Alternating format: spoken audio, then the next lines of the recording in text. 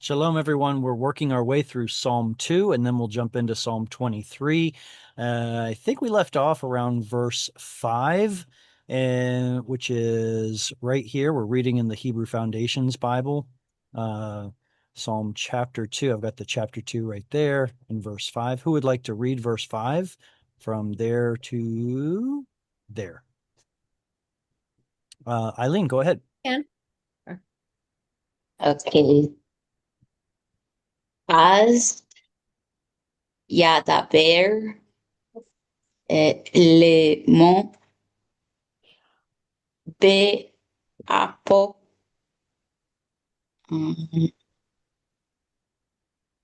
ובחרו נו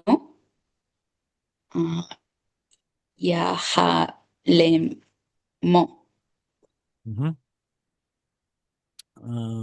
All right. Yehalemo. No, Yevahalemo. There we go. All right, let me scooch the picture window over here so I can see everybody. There you are. Okay. Az, at that time. Yedaber. What does the Yod tell us? 3ms. It's a verb. It's incompleted. He, 3ms, is the subject. So he is doing an incompleted action of PL Binyan Daber, speaking. He speaks, he is speaking, he would speak, he will speak, something to that effect. And then he speaks elemo. We talked about this mo, or rather emo suffix last week. And it appears to be an archaic form of the pronominal suffix ehem. It refers to them. So el, unto, emo, them. How will he do it? Ve'apo. Yeah, I remember last week I asked, what's the missing letter here? Nun. Yeah, it's a missing nun from Aleph Nun Pei, Anf or up, as nose or anger, and it's his. Uvacharono, chara. The verb chara is to blaze, so charon is blazing or fury, and in his fury, yivhalemo. What's the root of this verb?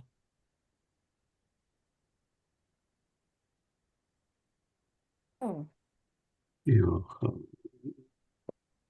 Hello? Hey, Lamed. Is it Let- Hur? Hey, Lamet. Yeah, Mem. yeah. Let's peel away the things that we recognize. So the emo is a suffix we just mentioned. The Yeah. is a yictol prefix letter. See, when we see a bet at the beginning of a word, we think that's a prefixing word, in, at, with, but it can actually be a first root letter as well. I know one that often throws me off is the word behema, like the word for beast or animal, behema. I keep thinking oh, wait, no, that's part of the root. No, behema, that's part of the root. So here, behelamed has to do with shock, awe, terror, something to that effect. So here, yivhalemo, he will terrify them. All right. How about verse 6? Who wants to read verse 6? I'll have to scroll in the middle of it. I go. All right. Go ahead, Cheryl. ואני נסחתי מלכי על ציון Okay. הר קודשי. Let me scooch over here so you guys can see that. Har Kodshi. All right. I wonder, I should probably, I wonder if I can get both of those parts on the screen at once. Let me try it. Page navigation, scrolling. Of course. Now zoom in. I'm using, Adobe, so that's kind of awkward. All right. Va'ani nasachti. We talked about nasach. Cheryl, did you perchance look into this any more than we did last week? Yeah, it is. It's pouring out a drink offering. Okay. So when the Lord says, I have done the action of nasach, to my king, I have poured out my king.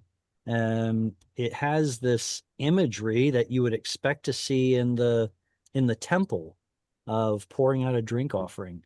And where does he pour them out? Well, instead of being on an altar, it's upon Zion, from the root that means something like, well, in modern times, it means something like noted or marked or but the original root was probably more like a fortress or fortified, and because of how fortified the Jebusite city was, the city of Salem, Shalem.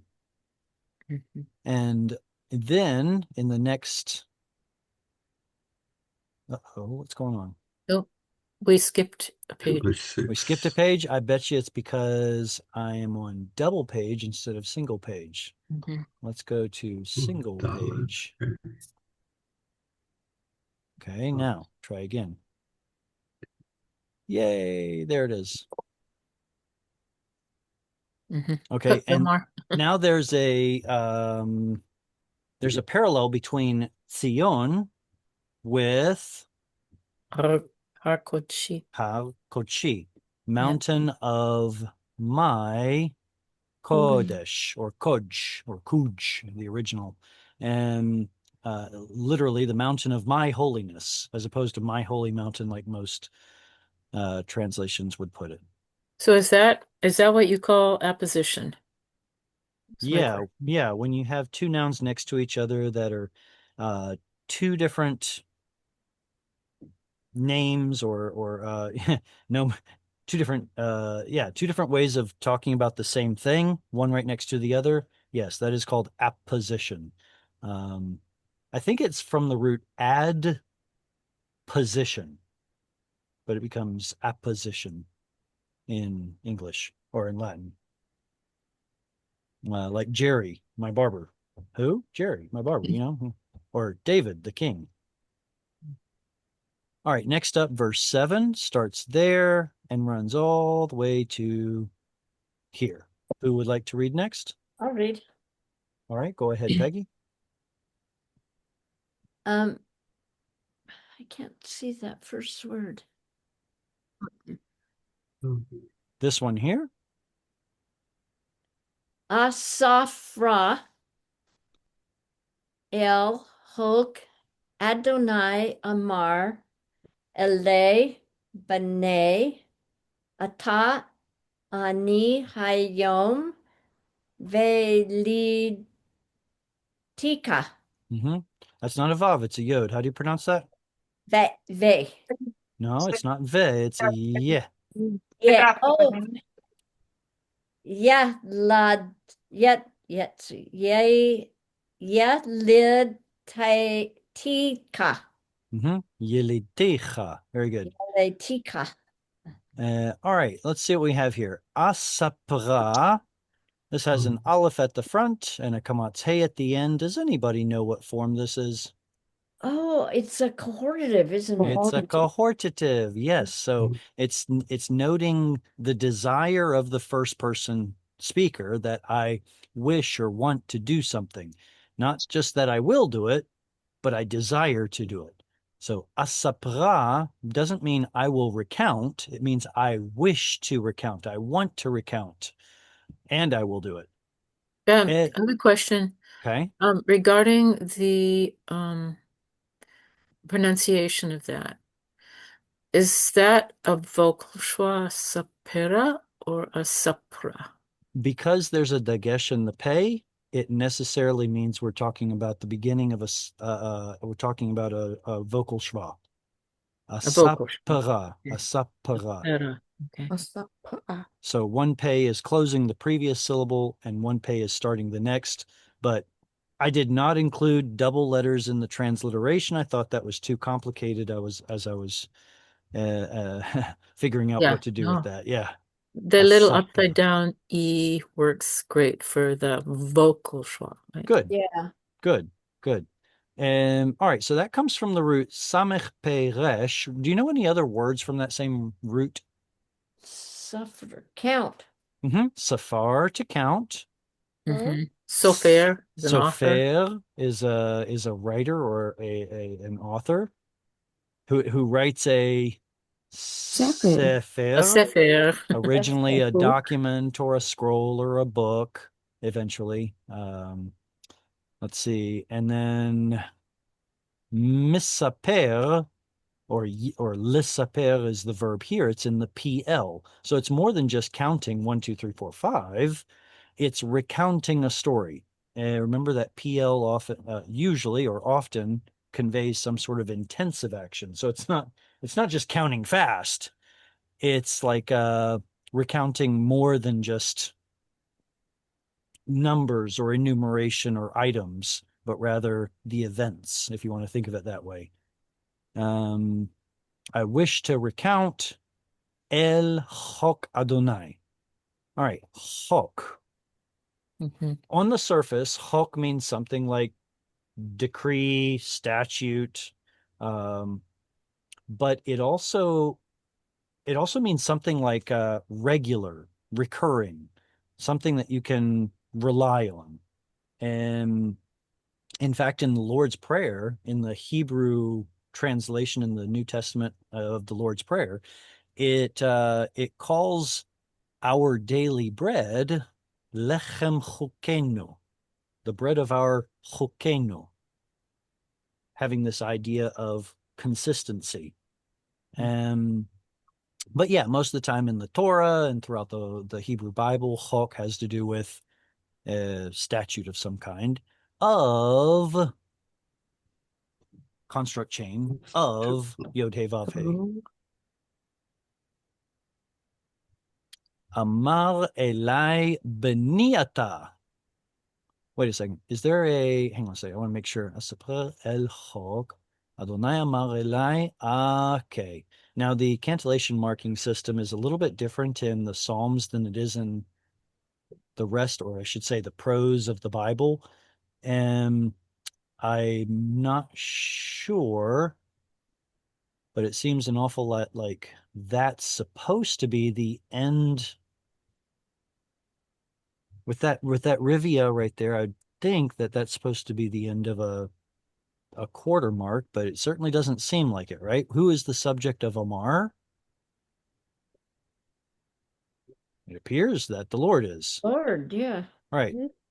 But is the Lord also in construct like I figured earlier?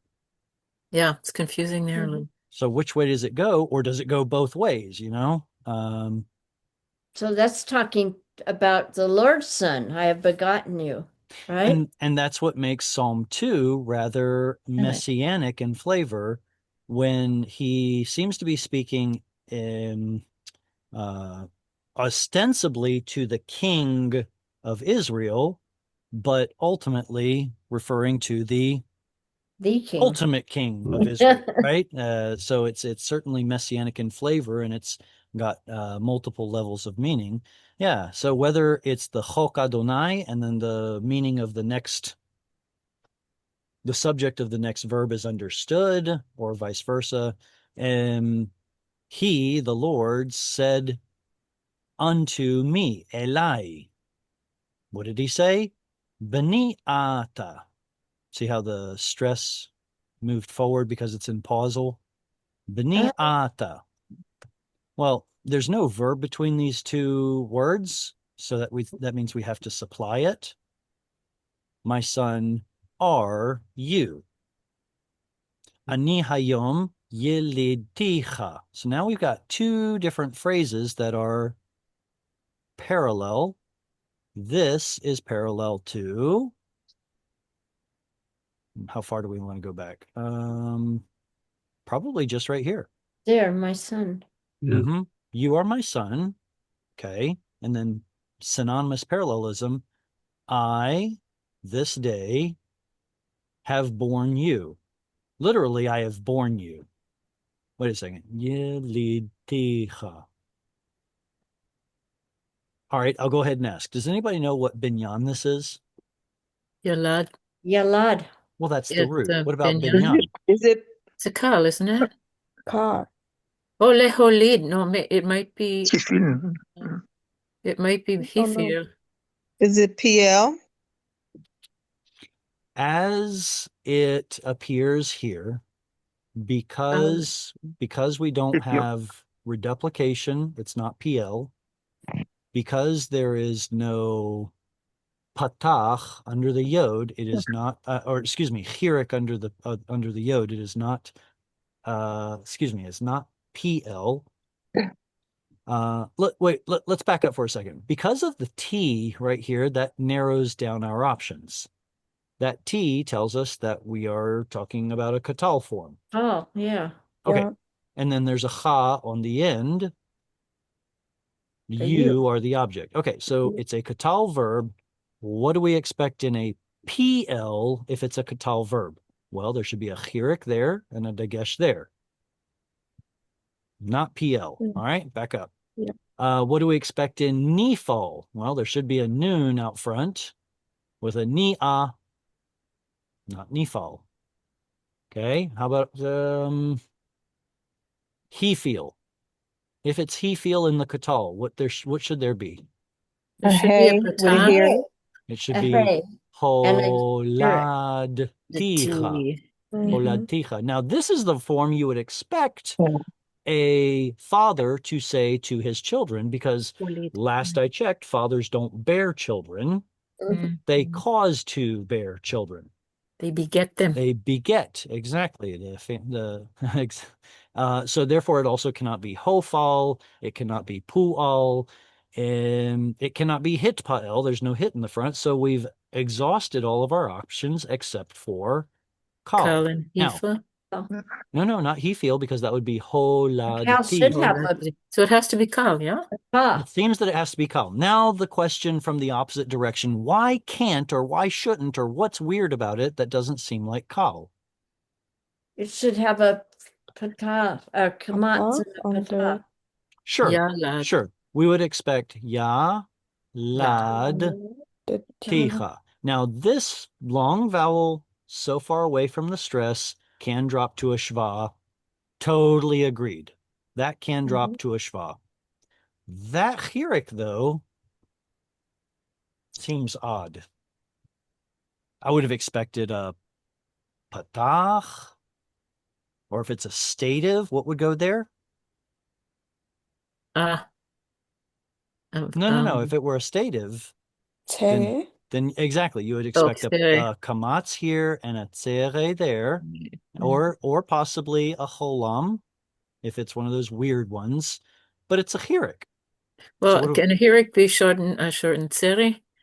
Thank you. A tzere indicates an original chirik. Remember that chirik and tzere go back and forth quite a bit. So what we're actually looking at, apparently, is an original state of being verb for yalad. Ultimately, yalad turns into yalad instead of yaled. But with that chirik right there, it makes us stop and scratch our heads and, maybe that's what it is. But how does that affect the translation? I don't know. That's really hard to explain. How do you say that begetting is a state of being verb that is not transitive, but then you have a pronominal suffix on the end? It's like, no, what's going on here? So it's super complicated. There's probably not going to be any happy ending to this complicated story, but we've exhausted all the options. It has to be kal. And if we looked at some other forms of yalad in the Bible, maybe we'd see that chirik show up more than once in this and some other verbs. All right, so the Lord is speaking to me, probably referring to the king. My son, are you, pausal, I this day have begotten you.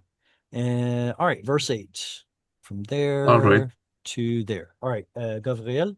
Yes, sir. Sha'al mimeni ve'etna goim nachaltecha va'achusatcha asfei aretz. Afsei aretz. Asfei. Very good. Asfei. Sha'al with a shva right there. That's a command form. Ask. Sha'al, do it. Sha'al mimeni, ask from me. Mhm. Ve'etna, aleph at the front, hey at the end, Cohortative? authoritative.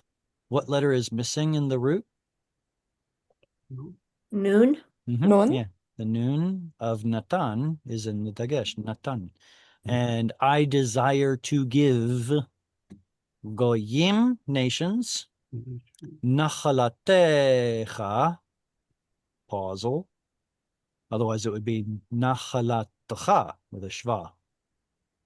But it's a halfway point of the verse because of the etnach. And Nachala is an inheritance. Nachalatecha, your inheritance. Va'achuzatcha. Is that cohortative? I think looks like a noun. It's a noun. Very good. I was hoping that someone would see this aleph and go, oh, well, we had an aleph earlier, right? And an aleph earlier, I will or let me. So that means we got another one right here. Congratulations. It is. It's a noun. Achuz, or actually achuzah, feminine tav comes back. What is the verb root achaz? To hold on to grasp onto. Seize. Right, grasp, seize, exactly. So an achuzah is something that you possess. A possession belongs to you with the chal in the end. Afse aretz. So this is going to be another example of parallelism where the achuzatcha afse aretz is parallel with Nachalatecha. a little more than that. Mm. Well, you're right. You're Mm. right. So the verb here, ve'etna, would be what they call ellipsis, where it applies not just to the immediate context, but also to the next one. Goyim nachalatecha, then achuzatcha afse aretz. So here's a possession, here's an inheritance, and goyim, nations, would be parallel to the ends of the earth, afse aretz. Mhm. And he says, I will give them to you. So this is a picture of the Messianic kingdom when the ultimate and final king of Israel rules the world with an iron scepter, and all the nations are going to submit to his rule. All right. Next we have verse 9. Who's up next to read? Shalom, may I try? Yeah, Anatoly, go ahead. Peroem, Beshabet, Barzel, Kichli, Yotzer, Kenaptsem. Mm-hmm. All right. What is a shevet? Rod. No. A think rod, a it's a staff. Staff. denotes something with a ruler, though, like a ruler, the rod of a ruler. Scepter. Or is that Staff. shift? Yeah, shifta mishantecha is Shiftacha. it represents authority somehow. Okay, and good. correction. All right. What about the month of Shvat? Is it related? Don't know. They both come from the idea of, wait for it, beating. Whoosh. Yeah, right. Okay, so clarify yourself, Jared. Okay, so in the month of Shvat, that's when the heaviest rains come, so-called beating or torrential rains. And then a shevet is a rod used for, keeping the little lamb straight, so to speak. Is it also used for the shaft in the, when they're beating the grain and the chaff apart? Is that a shevet that they use for that? I don't know that there's a Bible verse that actually talks about what they use for doing that. It just uses a verb that means to winnow. I don't see why not. Wait. No, if it's the grain, then you would grind it up, throw it in the air, and then the chaff would be carried away by the wind. I'm not sure a staff would be used for that. Anyway, I'm not sure. I don't winnow very much. But what I did want to mention is that the shevet, the rod, the staff, comes to represent a clan, a group, a tribe. Mm-hmm. How do you say tribes of Israel? Same Shift word. Israel. Shivte Yisrael. So it's like the staffs of Israel in a figurative sense, representing a whole tribe. So here we are, Beshevet, with the rod of Barzel. Okay, so this probably doesn't have to do with torrential rains or tribes. It has more to do with, well, because of the iron, has to do with carrying a big stick and, what was it? Not walk firm. Is it walk firm, Yeah. carry a big stick? What did walk Oh, if walk you hadn't tall? said it, I would know. I know. Was it Theodore Roosevelt? Tread lightly and carry a big stick. Is it what? Tread Walk lightly, carry soft? a big stick. Walk softly and carry a big stick. Is that Thank you. Something like that. I think we all got the idea. And if it's of iron, then I think people are going to listen to what you have to say. construct there? Constructing. Correct. It is in construct. What is the verb conveying? Teroem, that one? Mm-hmm. Yeah, break them. I didn't look it up, but I thought maybe I did. Ra'ah, geminate? Geminate? There's a Yes. geminate. I looked it up. Good Okay. for you. Okay, so if you look it up, it'll probably say that it's geminate because of the O sound that's being preserved here. When did that O sound show up in the manuscripts? That dot, that holam? When's the very earliest that dot shows up in any manuscript?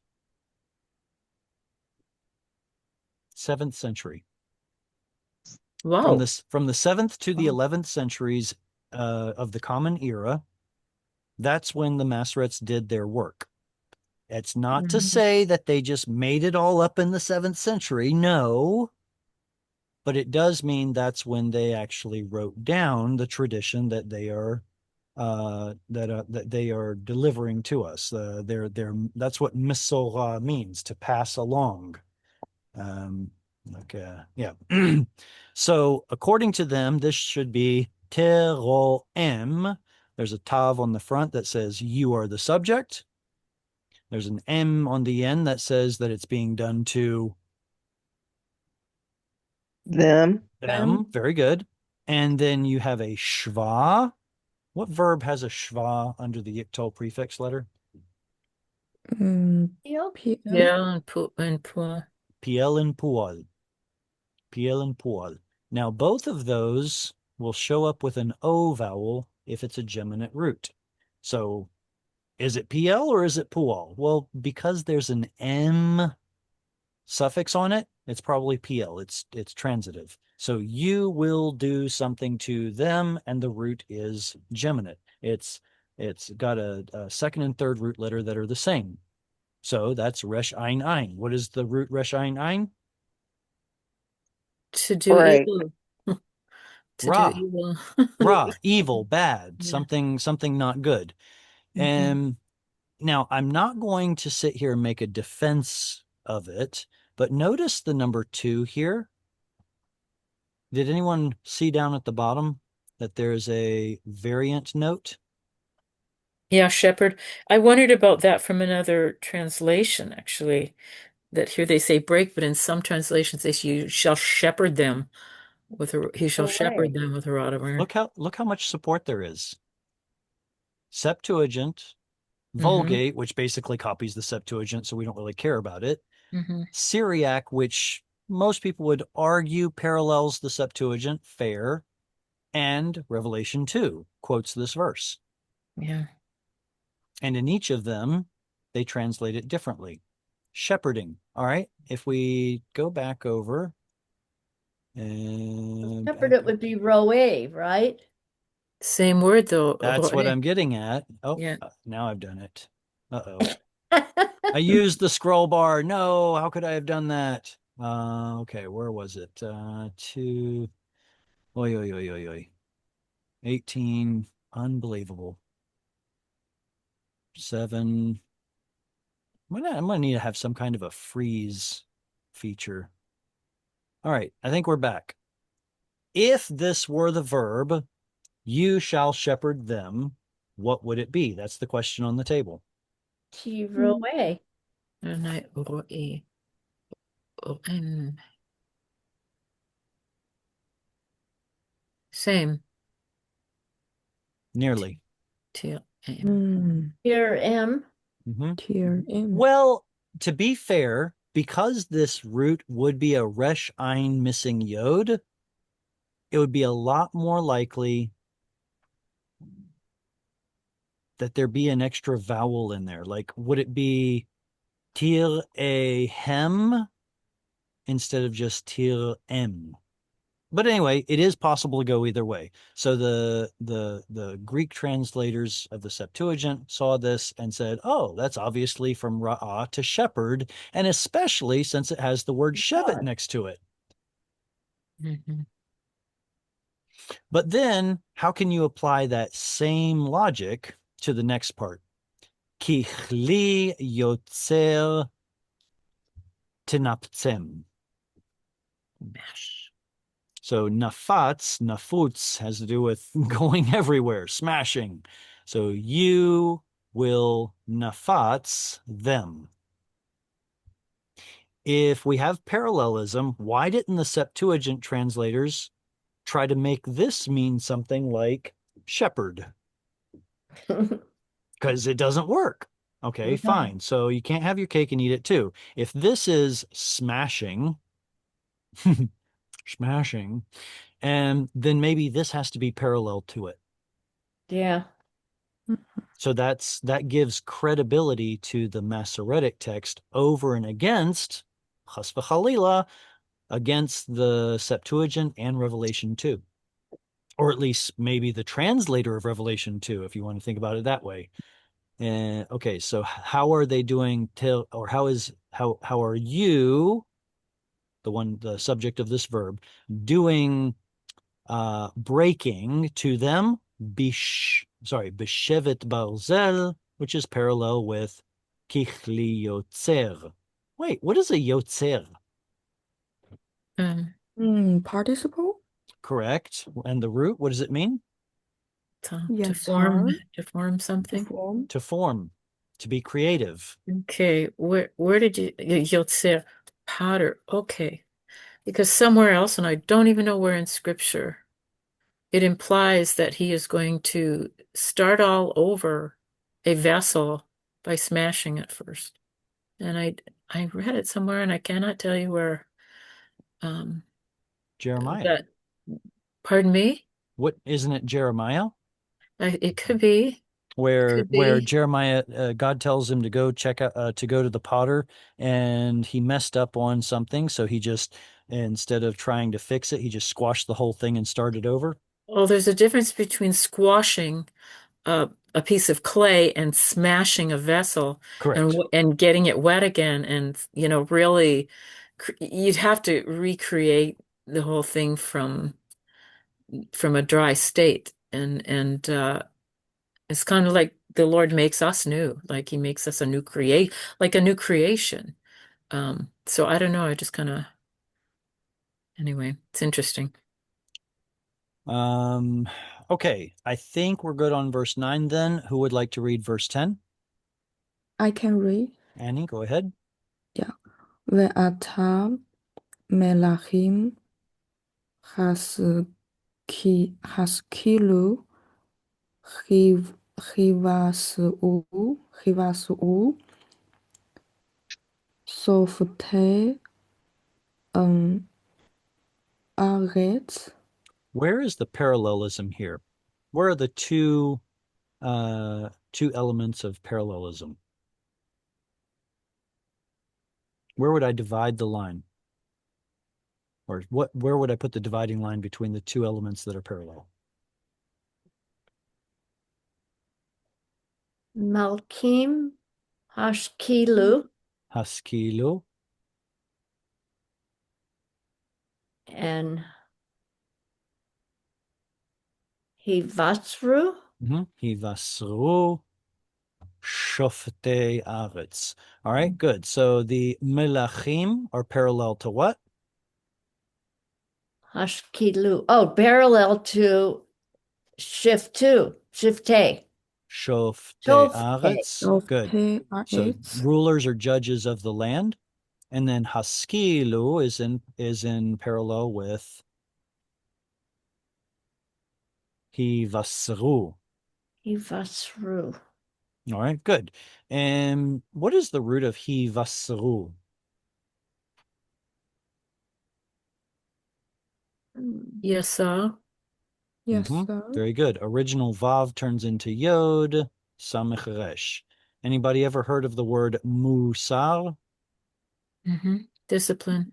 Discipline, ethics, right? Musar, yeah, ethics. What binyan is Hivasru? Ia. Nifa. In fact, it has the trifecta right there, so it's nifal. Good. And then lastly, what form? Imperative. Good. With the hey at the front, it is imperative, and with the u at the end, it tells us Two, plural, masculine. plural. He- Exactly. Hey, you guys, hivasru, be instructed, or probably not instruct yourselves, but allow yourselves to be instructed. I kind of like how they did that. Oh, judges or rulers of the earth. Good. So that's the only time you'd have a he feel on a nifal, right? An imperative. You're saying when Okay. nifal has a hey chirik at the front, it's Yeah. going to be in the imperative. I guess it could also be in the construct, infinitive construct. Like if I wanted to say to be instructed, it would be lehivaser. Okay. Lehiva, yeah, there would be a kamatz there and a dagesh there. Lehivaser. So that's the infinitive construct. It also has a hey with a chirik. All right, verse 11.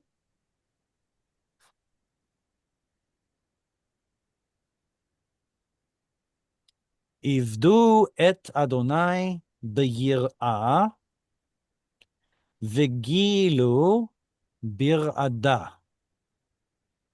All right, Ivdu, is that also an imperative? Yes. Right? Right. So you would expect there to be a tav at the front. Losing the tav, you get technically you get avdu, which turns into ivdu, and serve or work or do service. Et Adonai, serve the Lord. B'yir'ah, yod resh aleph, fear, reverence. V'gilu, what's the root? Gil. Yeah. Gil. Rejoice. And what binyan, what binyan and form is this? V'gilu. Oh, that's an imperative too, isn't it? It's an imperative also. It's a kal imperative. It's got a hollow root though. V'gilu bir'ada. So something You feels see a the little whole weird root, here. right? The whole It's root's there. Kind of, yes. This yod has turned into a vowel. So technically it's not represented here as a consonant. It has gone missing, albeit the yod still appears, albeit as a vowel. It is still a weak root, but it's a hollow root. Gimel, yod, lamed is the root. So something feels a little bit weird here. Serve the Lord with reverence or fear. And then re'ada, trembling, that seems to fit the tenor of the verse. Which one is the odd man out? Gilu. So wait a second. Wait a second. Are we to let's work on the parallelism here. What's parallel to what? Ivdu and Gilu are supposed to be parallel. Ivdu and Gilu are supposed to be parallel, serving and rejoicing. And then the other two? Beira and Ra. Berada. Mm-hmm. And in fact, they both have a preposition ba, and they also have kind of the same connotation of hesitancy, if you want to put it that way, whether it's fear, reverence, or trembling. And we're supposed to do it unto the Lord. Okay, so rejoice, but with trembling. I'm really happy. I suppose there's an overlap in there that we'll one day be able to grasp. This appears to be the last verse. We did talk about it a little bit last week, but let's go ahead and read through it once more. Who wants verse 12? I'll take. Mm-hmm. Nashkubar pen ye'enaf vetovedu derech ki yiv'ar kim'at apo ashre kol chosebo. Can you help me split up this last verse into either sections or parallelism? Nashkubar, I would put a small break after that. Pen ye'enaf. Apo. And then a small, and then Penya enough. Vet vodu derech. Then I'd put a small break after that. Ki ya'avar yiv'ar kim'at apo. And then after apo would be a big break. Ashrei kol chosebo. Yeah. Okay, Ashrei kol chosevo. I get that part, but that seems like developing the idea further, not necessarily synonymous parallelism. Let's see. So maybe this first part, is there parallelism within these two brackets from Nashku all the way to Apo?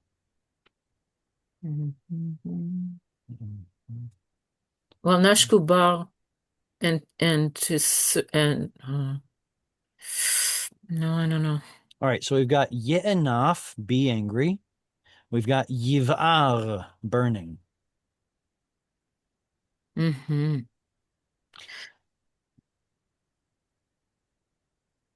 Nashkuvar, we have to figure out what this means. Last week we talked about how it's a little weird to translate this word as sun because it's an Aramaic word that doesn't belong here. The Aramaic word bar means sun, and it works out great for first century Galilean Aramaic speakers in a messianic context to say, kiss or show reverence to the sun with that messianic expectation. But if you go back to the original, Aramaic wasn't the lingua franca of the land yet. So what is the Hebrew word var or baal? Do you guys remember? Ben? No, Ben is the Hebrew word for sun. What is the Hebrew word bar? You said purity last week. Purity, yeah. So some people try to make this out to be the word purity instead. It's a little awkward. It's a little, it's a little clunky, but nothing more than Hebrew poetry demands. I believe there was one other possibility. Right. Not really sure what the Septuagint translators were thinking, but they put take hold of instruction instead of kiss the bar, the sun, or impurity or something like that. Now, where did they get it from? Is this a fun exercise to try and figure out, but we're probably not going to figure it out here today. Let's see, is that... There we go. A little more. There we go. So this verb right here is a PL. How do I know? Bagesh machine. Dagesh in the sheen, and a patach Patach. under the first root letter. Gosh, I'm really trying to figure out how they got something about receiving or taking instruction. I'm trying to figure it out. It's like a puzzle to me. And sometimes if one letter looks a little bit like another one, or if you split the letters up differently than how they're split up by the Masoretic scribes, you can sometimes crack the code and figure it out. It's a really, really fun exercise. In some cases, there's no way to be sure that you're right. But that kind of speaks to the whole Jewish idea of Shiv'im panim shel Torah, 70 faces of the Torah. Rather than reading the Bible to find out the one true interpretation, historically, Judaism and sages and rabbis or whatnot would try to find as much meaning as they could in a text. What are the various ways we can read it rather than what's that one true golden interpretation? That may feel a little uncomfortable for some Western readers, but in Judaism, it's the norm. Just have a look at Midrash, like Midrash Rabbah, all the various ways you can read a certain text, as long as they're all good and leading you towards God and towards righteousness. Hallelujah. And let's see, and that would have been before all the vowel pointings were invented. And nashku vowel, that's an imperative. PL, kiss, bar, either Aramaic son or Hebrew purity, do it in purity. That means that would act like an adverb. How shall I do it? Sincerity and purity. Pen, otherwise, yet enough. He will be angry, from that root aleph nun pei. Veto vedu, and you all will avad perish. Derech. Does that make sense? Mm-hmm. How? We lost our way. How? You lose your way. You lose the way. Okay. I don't see a problem with. Oh, okay. But may I interject for just a second? If you are if you are perishing, that is a kal verb. If you are losing something, that is a PL verb.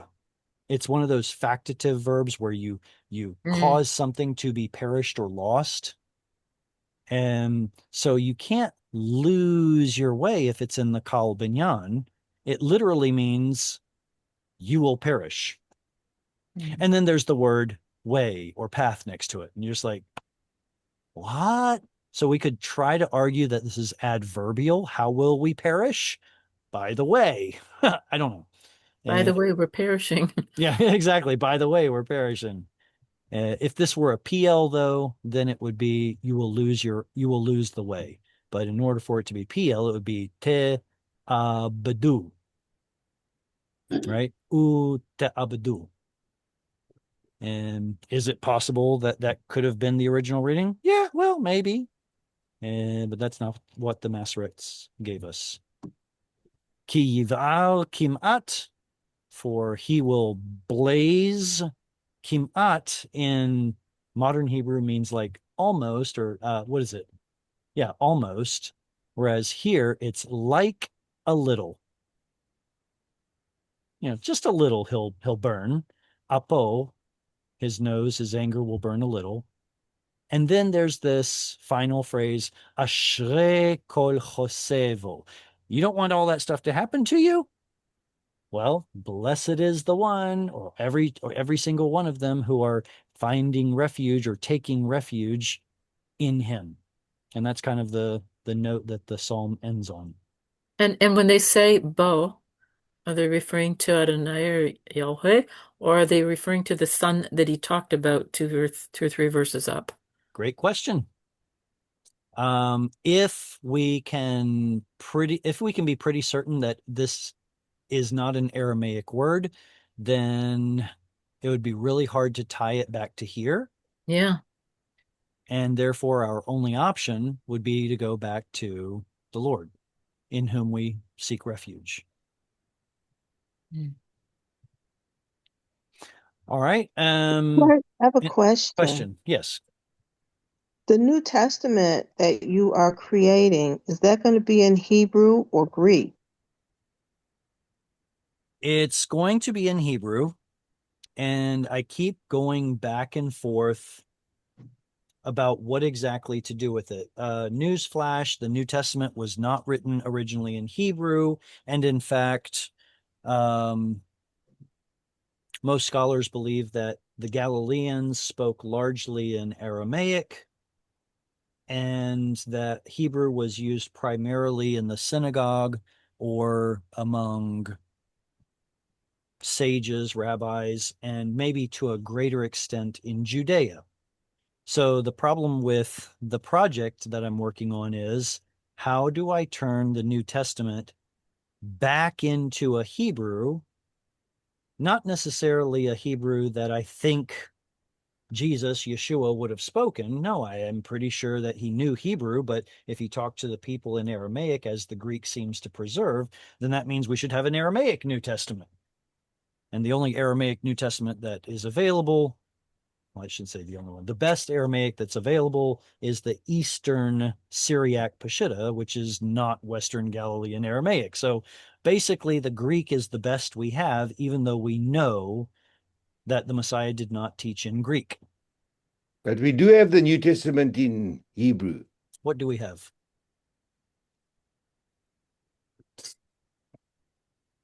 What do you mean by that, Greg? I mean, I've got a copy of it here. The New Of course. Testament. But what is it? Where does it come from? Is it the Ginsburg, Salkinson Ginsburg? Is it the Delitzsch? Is it the Shem Tov or the Dutelet? Is it the versions that are medieval and read an awful lot like a very, very late Hebrew that were found either in the Vatican or in India? Which one do you have? It's by the Society for Distribution of Hebrew Scriptures. Good. So a group got together and translated the Greek into Hebrew. Yeah, but what I'm saying is it helps with your Hebrew when you're learning vocab and... Very good. That's exactly what I was thinking with this project. Is my ultimate goal with the New Testament project is going to be to help readers learn Hebrew. So my primary goal, I'm trying to convey the Greek New Testament. I'm trying to convey the original New Testament message, but in Hebrew. And if I happen to, I don't want to use the word deceive, but if I happen to cause a reader to read the New Testament in a Hebrew light instead of a Greek one, I'm okay with that. After How long have all, we got to wait for your version? yeah. How long have we got to wait for it? Yeah, well, Ruh-roh. that's a good question. I appreciate your patience. Tell you what, when everybody's read through all the other volumes, I'm working on it. Sorry, I'm working on it. I don't have an idea. Are there any questions on Psalm 2 before we go to Psalm 23? I had a question about the word Shevet back like 3 verses up. Is that the same word as in the Hinemato Psalm? Right. There it says, Hine matov u'mana'im shevet achim gam yachad. It is not the same word because that comes from shevet with a tav. Okay. Which is from the root yashav, to sit or dwell. This is the infinitive construct of the verb to sit or dwell, whereas this is shevet, beating instrument or staff or rod. So it is different. Thank you. And also, there's also shavat, which is a different word. Anybody know what shavat is? 7. Rat. Yes, yes, rest. to rest Yeah. or to cease. Exactly. And that's where we get Shabbat from. Shabbat. All right. So next up, Psalm 23 should be right around, here. Anybody interested in reading Psalm 23, or should we just go ahead and shut down for the day? No, don't you dare. The first verse here has both a 0 and a 1 for the verse number. Why? Because Mizmor David is like an introduction and good. Yeah. Oh, yeah. Good. So this is the so-called verse 0 or the prologue or the title, whatever you want to call it. And then verse 1 properly starts here. Mizmor LeDavid. The root zamar, probably it comes from originally the idea of delicately touching, which has to do with playing instruments, and that instrumentation ultimately turns into music in general, which then includes singing. So mizmor is some kind of a song, which we call it a psalm if it's referring to one of the books of Psalms. Le David, is it by David or for David? Dedicated. Oh, David. We have no idea. It could be either one. Of Either or David for. could have written it or somebody wrote it and dedicated it to David. The Lamed simply doesn't tell us which one it is. It just shows intention. This psalm is intended. I don't even know that intended is a good word because that sounds like somebody else wrote it. It could be either way. Did David write psalms? Sure, I'm sure he did. I'm certain he did. Did he write all of them? No. Can't really prove it. Can't really prove it. No. Adonai ro'i lo echsar. So that's verse 1. Yod he vav he, the Lord, ro'i. Now this is the root shepherd. It's a participle because of the O, and there's a pronominal suffix, my shepherd. We're going to split it right there. Lo echsar. Are these parallel? Adonai ro'i lo echsar. Are those two No. parts parallel? No. I would say no. I don't know. I would say that if the Lord is my shepherd, then all my needs are taken care of.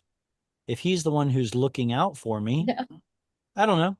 That's I guess that's where I would go with it. So I would call the antithetical or antithetic? No, it's antithetical parallelism. It says the same thing, but in two different directions. He is my shepherd. Therefore, I'm not going to lack anything. Aleph is a yiktol prefix letter of the root chasar, which is stative. That's why we get the ah vowel here instead of an o. Who wants to read verse 2? I'll read. Go ahead, Tuesday. Bin ot deshe yar bitsenu al me menuchot yenachaleni. Excellent. Do you see any pronominal suffixes on the words in this verse?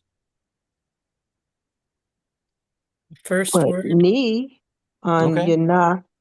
yenachaleni. Good. And ni. Is there another one? You're Besenu? It's not nu, it's ni. No, you're Beseni. Good. Yal bitseni. Good. Are there any others? No, there aren't. No. Binot deshe yarbitseni. Stop because of the etnach. Al me menuchot yenachaleni. Now, what's parallel?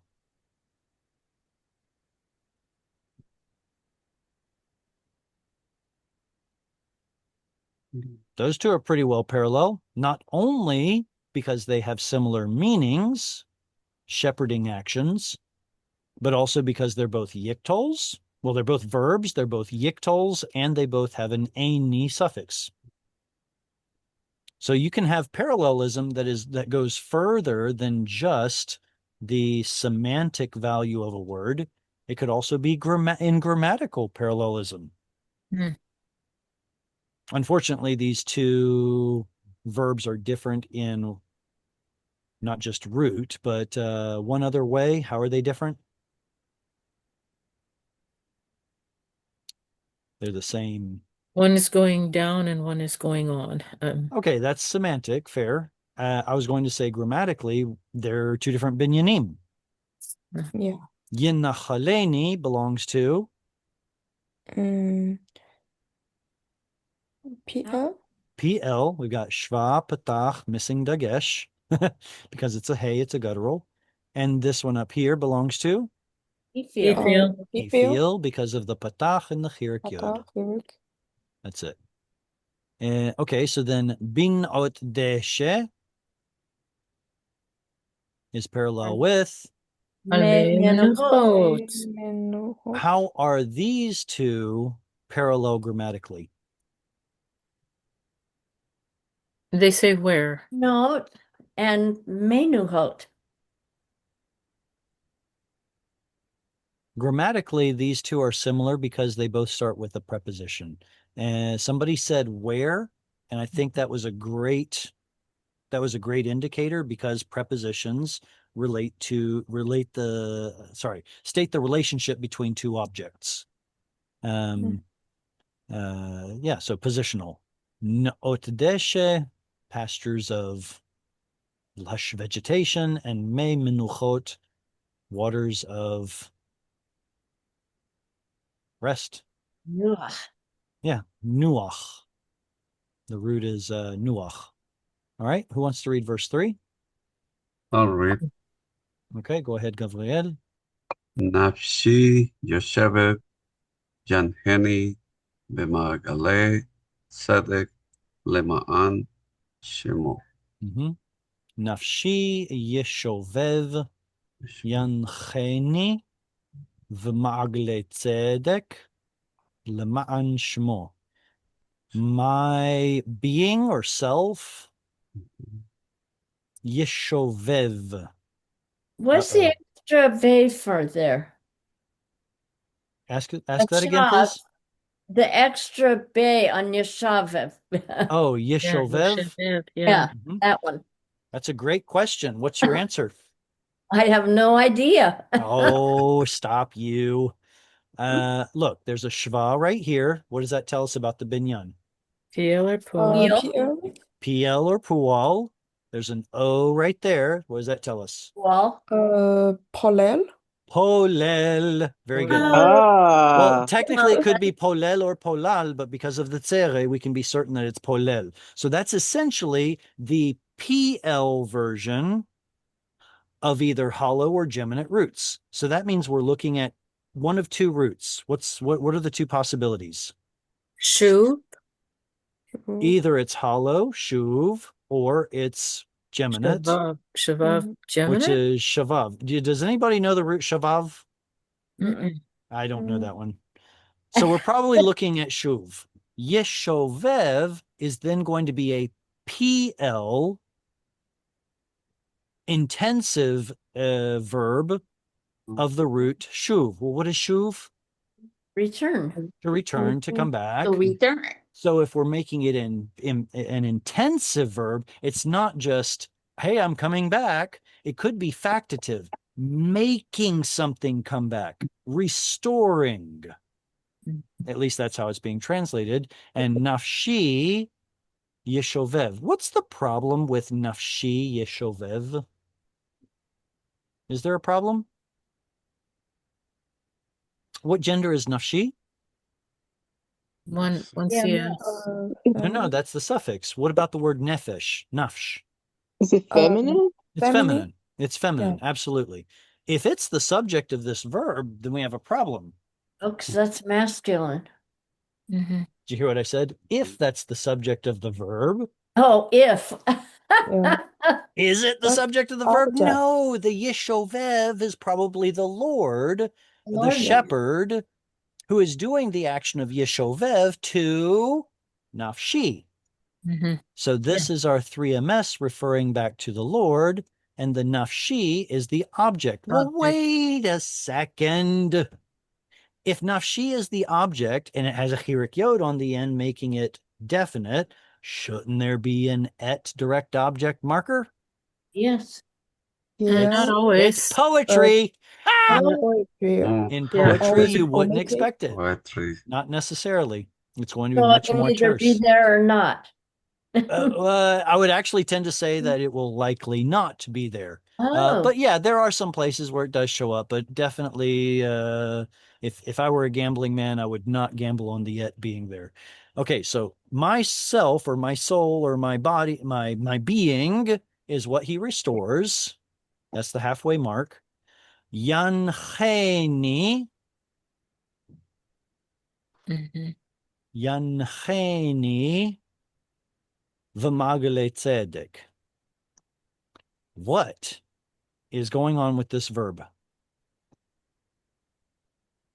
It looks like a hifil It does. because of the patach and the tzere. Mhm. It looks like it's got a pronominal suffix. Yeah.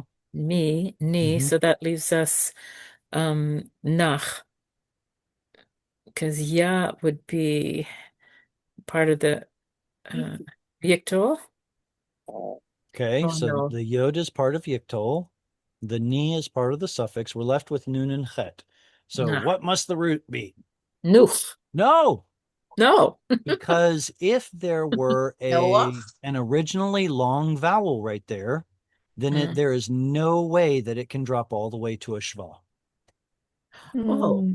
It would, at the very best, it could drop to a short vowel, but it cannot completely disappear. All right, so that means there's not a missing vav.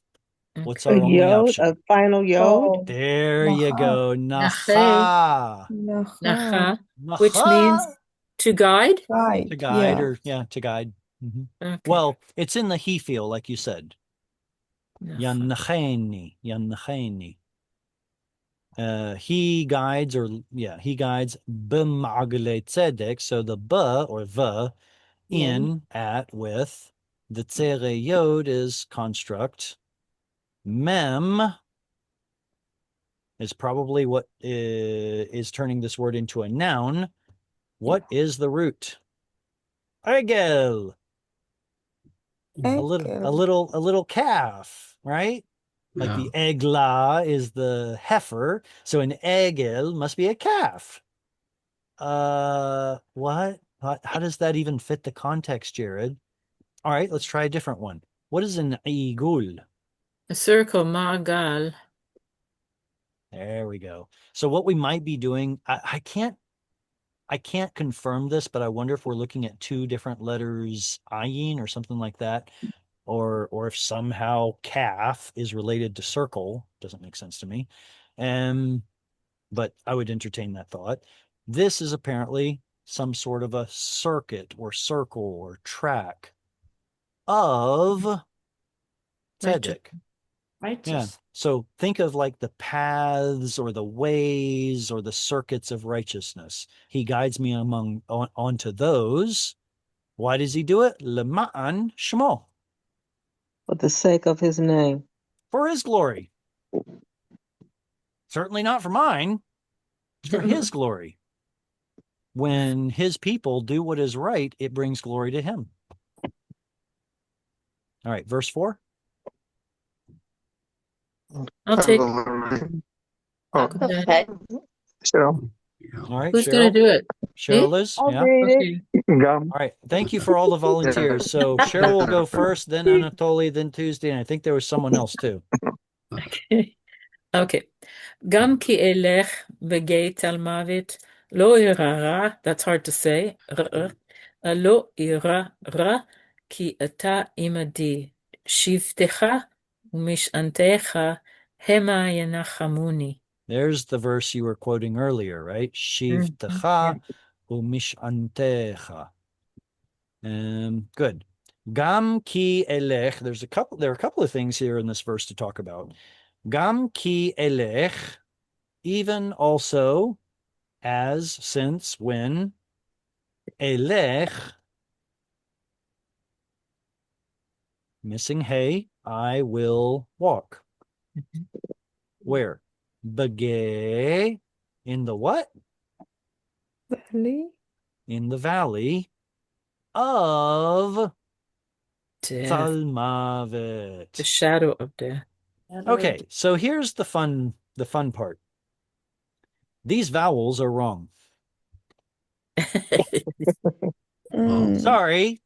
What happened is that either the scribes or some perceived to be intelligent, and I'm sure they were intelligent. I don't want to belittle these very, very knowledgeable scribes.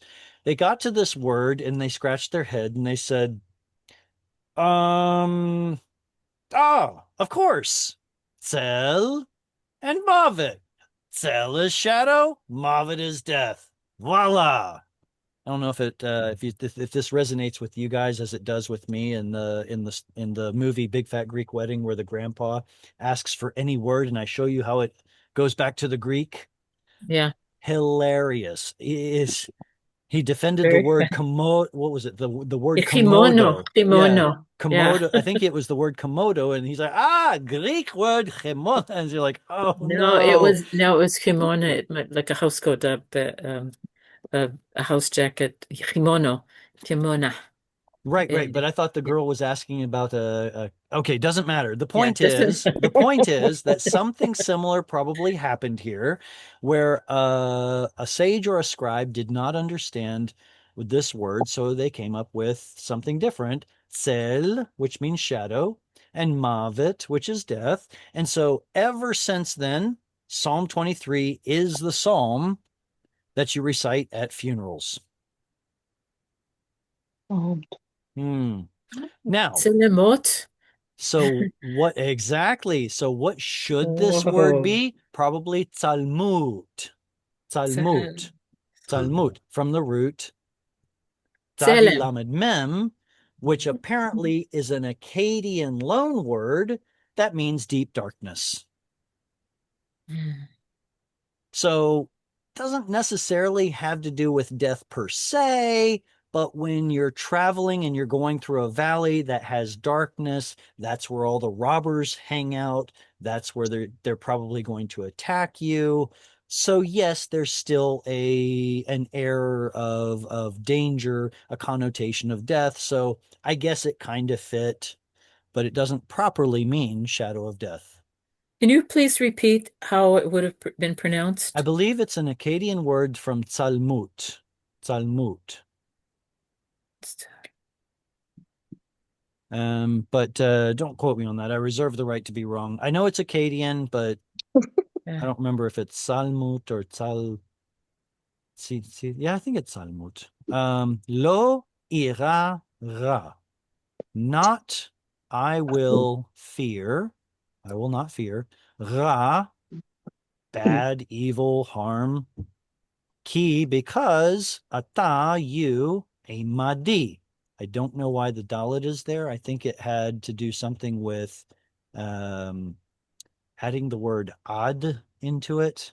So like im, ad, and then d. And there are a couple others like that do this where they add an extra letter in. Not coming to mind though. Sorry. So im means with, but if you want to say with me in biblical Hebrew, you could just say imi, oops, with a medial mem, imi, with me. But here we see that the dalet is thrown in imadi, imadi. Means the same thing. You are with me. Shivtecha, your shevet. You can see the original vowel of shevet was shivt. It was a seglet with an I class vowel. Your staff, your rod, umishantecha. What is the root of umishantecha? Let's peel away the things that we can. The suffix All ha. right. Okay, we've got cha on the end. U We've got prefix. u on the prefix. Feminine tav at the end. Yes. Mishkal mem noun pattern at the front. What is the verb sha'an? To lean, I think. To lean. So a mish'ana or mish'enet, I guess it would be mish'enet, is an instrument used for leaning. It's in the Three Question. Leopards story too, Nishan Aliado Shel Right, Melech. exactly. The captain or the prince or whoever it was who was leaning at the hand of the king. Hemma. Question. Uh-huh. Question. If ha, the ending one, what is the te? Are we still talking about Umish. umish antecha? Yes. Okay. Yes. So I'll tell you what, to answer your question, I'm going to peel it away like this. The standalone word is probably mish'enet, and this right here would have ultimately turned into a seglet sounding suffix. And I don't know if I can. Okay, do you know the word mishpacha? Okay. Mishpacha means family. And in the construct, what is it? Anybody? Mishpache. Mishpat. Mishpachat Mishpacha. goes up as a seglet, which means that its original vowel pointing would have been mishpacht, something like this. And so basically that seglet sounding pattern, mishpacht, is what we're seeing here. Mish'ant. Then when you add a suffix, it could just be mish'antecha, or in pausal, it becomes mish'antecha. Here the seglet is artificial, but it's inserted because of the pausal rivi above the tav. Thank you. Hemma, they, referring to the rod and staff belonging to you, they yenachamuni. What's the root? I say nuch this time. Nuch. Yeah. Naham. So why is the ooh in there?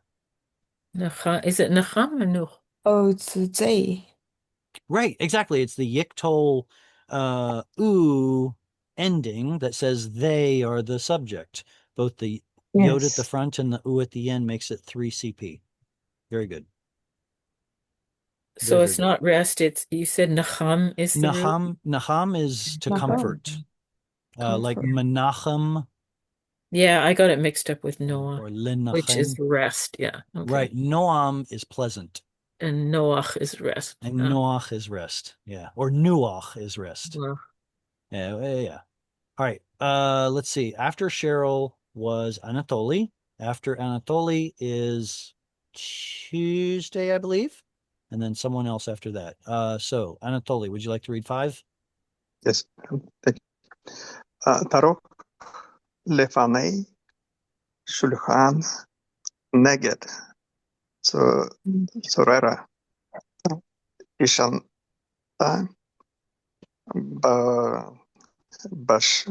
bashemen roshi kosei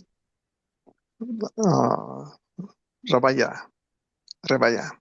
Okay, that's a pretty long verse for a verse in the Psalms. Could you help me, please, to break this up into smaller chunks?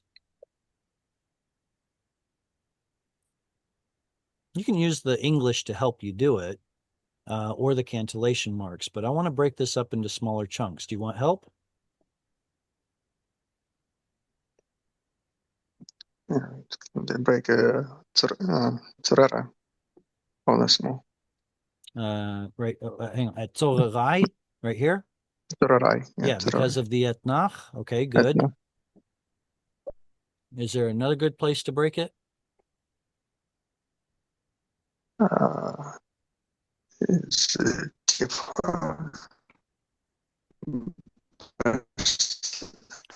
What you'll find in poetry is that the rivia or rivii is promoted. It's going to be your primary quarter marker in poetry. So have a look. There's a rivii right there and a rivii right there. Do we need the first one? I could make an argument that that's not necessary, but this second one seems pretty necessary because what follows is a complete sentence. It has a subject and a predicate with an implied verb.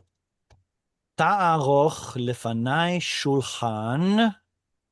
Okay, so that is a full sentence. Ta'aroch, arach is to arrange. You will arrange. Lefanai, before me. Shulchan, a table. Arranging a table, that's like a meal. You're inviting me over for dinner. And just to kind of make this a little more interesting, if the Lord is arranging a table and inviting David to dinner, where is it? Where is God's house? In heaven? In heaven.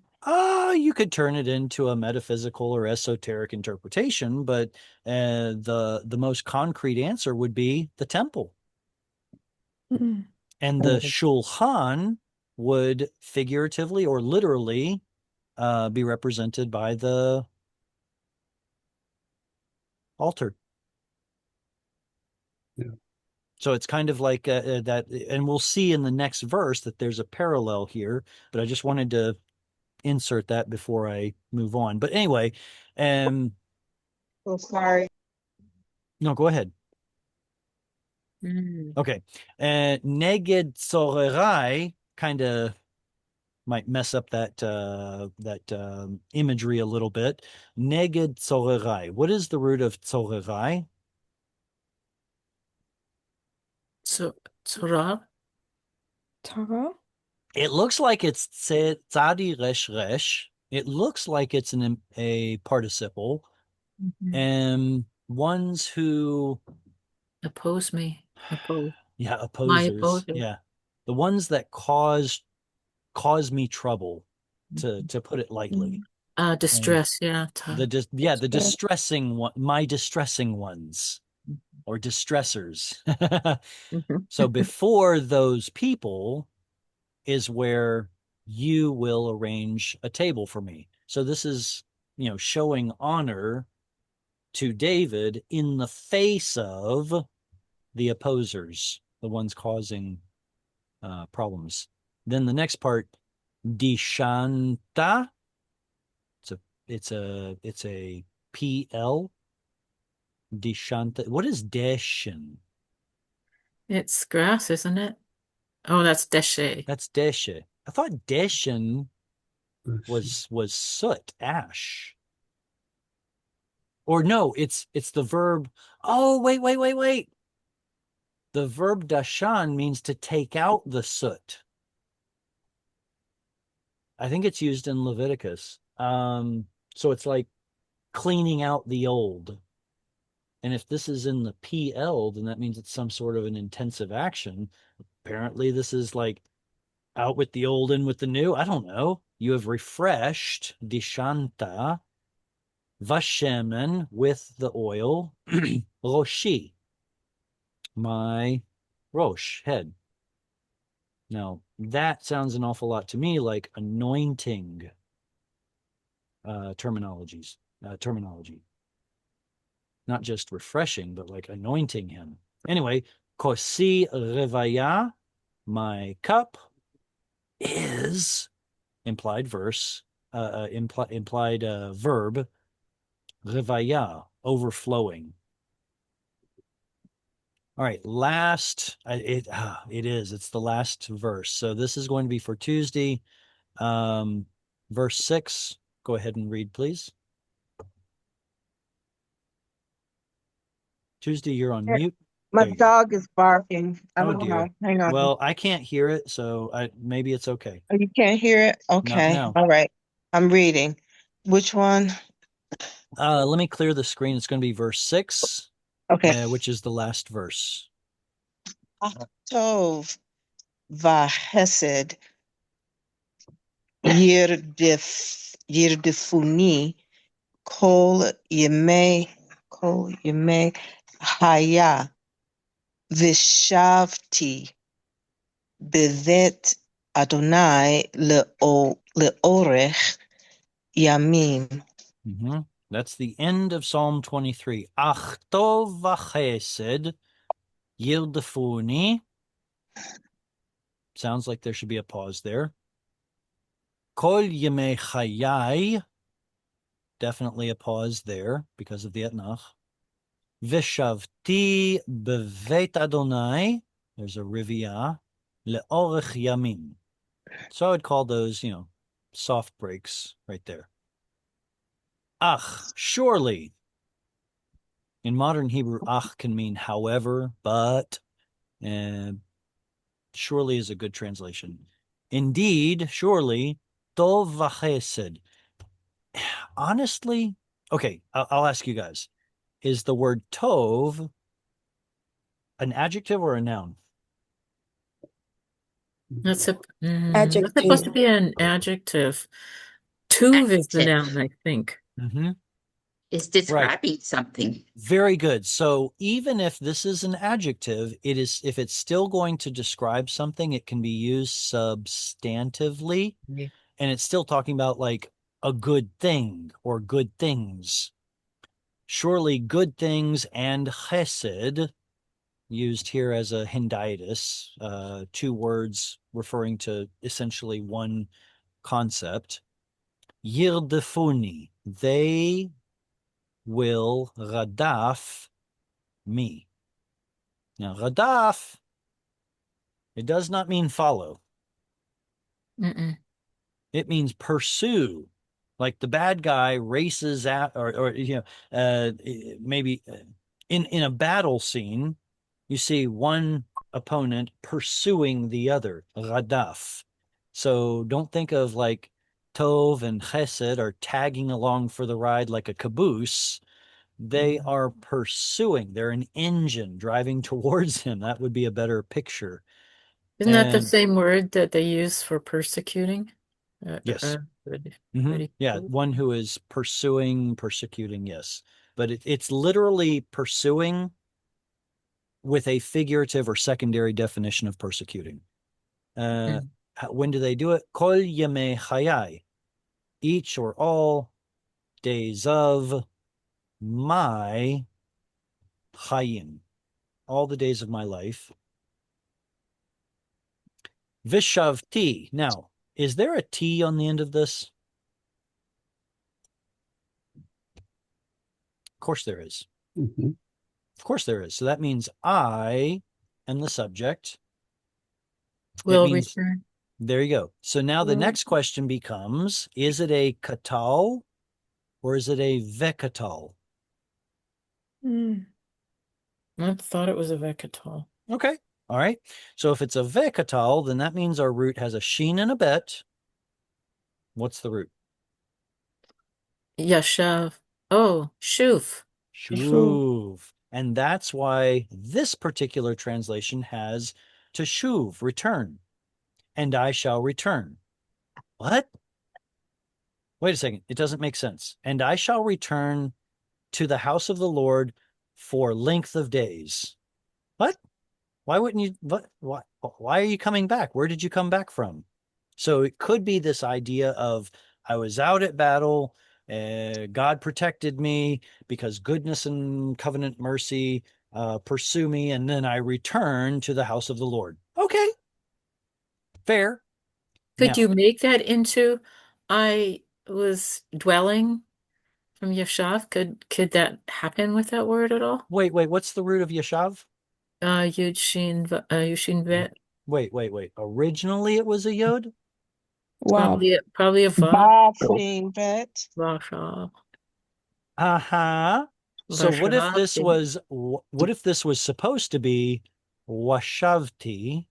There are a couple places in the Bible where an original vav is preserved and it did not get turned into a yod. So if the scribes got this wrong and this should be washavti, that would be I have dwelt. It's an option.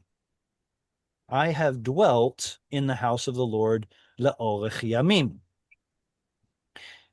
There is, however, another option. You can see the number 33 there. How about we have a peek at it? Now, this is not necessarily preserved it's not necessarily preserved from antiquity, but this could be a suggestion that comes from, for example, an academic source like BHS, the Biblia Hebraica Stuttgartensia, which is soon to be replaced by the BHQ. But anyway, it has veshivti. What's the difference? One is a noun. Shivti would be my dwelling place, would it not? Sort of. It's from the word shevet. Shevet. What is the word la shevet? To sit. Yeah. So without the la, that means we have an infinitive construct, which is literally sitting or dwelling. And then you put a chirik yod on the end, it's my dwelling. But instead of keeping the seglet, it reverts to an original silent shva right there. I like that one best. So my dwelling is implied verb in the house of the Lord for length of days. Not bad. I like it. So it's a possibility. It's a possibility. Okay, we have gotten all the way through Psalm 23. Excellent. Does anyone remember what we're going to do for next week? You haven't told us. No, I have. I put a whole list out. How did I miss it? Somebody tell me. No. Here, I'm going to take a look and see if I can find it here. It was no. Then Psalm 100 would be next. Psalm 100 is next? Okay. And 8. Skipped a By few. far, that's my favorite. Well, it's not that I'm going in order. Just remember that. Okay. I'm not trying to go in order. I'm actually trying to get the biggest bang for the buck. So that's why I put Psalm 1, Psalm 2, and Psalm 23 up front. But if I wonder, can I put it in the chat? Can someone put the list into the chat? Where's my mouse? Oh, there it is. Copy and paste into the chat. Chat. Jared, Yes. Yudafuni, you said that's penultimate stress. Yes. I did not say it, but I did read it that way. Is it making sense as to why it would be penultimate stress? I don't know why.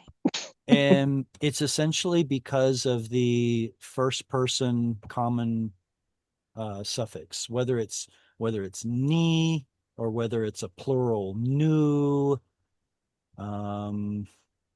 Let's see, what other ones are there? Eha. I feel like I'm missing one. Oh, echa.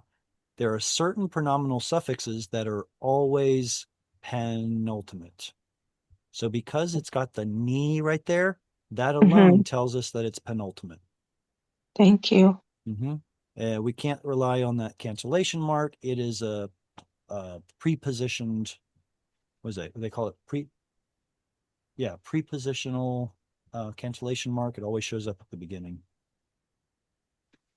So I did put the list into the chat, as you all said. Now that we're done with 23, that means next week we're going to do 100. After that, 8, a personal favorite of mine. Then 29, 121. Ooh, 121. Do you guys know 121? It's the my eyes, I lift my eyes to the mountains. Where's my help come from? I know. That's a beautiful song. Oh, speaking of songs, man, I meant to tell you guys about the song. Maybe you've already heard of it. Have you heard of King of Kings or Mikedem? They have a version of Psalm 23. Yeah. On YouTube. It's worth listening to. It's one of the best ways to learn Hebrew, in my opinion. Okay. Thank you all so very much for coming and studying Hebrew. I look forward to next week. Until then, lehitraot v'shalom. Lehitraot v'shalom. תודה רבה. בבקשה. ביי.